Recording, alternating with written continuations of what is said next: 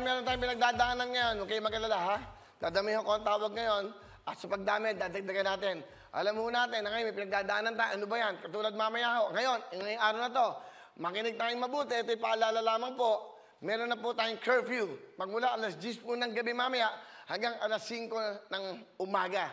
So, 10 to 5 a.m. po, may curfew tayo. I think it's Metro Manila lang yan, no? Okay, para malaman natin. Tayo maging sangay o tayo maging branch ng gobyerno na nagpapaalala sa ating mga kababayan.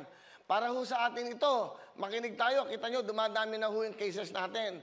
Isipin nyo, naku, 5,000 plus isang araw. Naku, sana ho, maingatan. Saka nakita nyo doon, St. Luke's daw, puno na.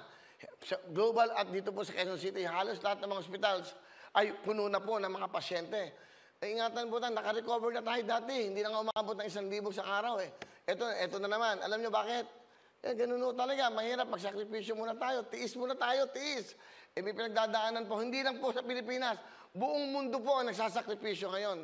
So parang hindi nyo mahaway inyong mga mahal sa buhay. Abay, makinig tayo. Una, ito nga. Kita nyo ako. Kahit ang hirap-hirap ba gano'n. Okay lang naman. Wala akong katabi eh.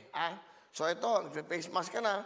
May face shield ka na. Paglabas mo pa lang sa kalye, hulihin daw ho kayo pag wala kang suot niyan. Para naman ho kanino ba yan? Para sa atin naman at sa mga mahal sa buhay.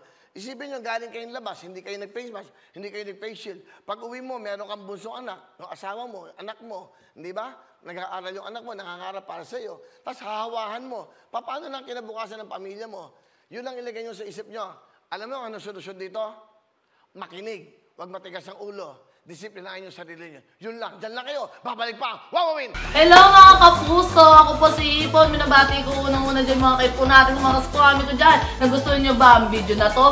Marami pa kaming inanda para sa inyo. Mag-subscribe lang sa Wawawin YouTube channel.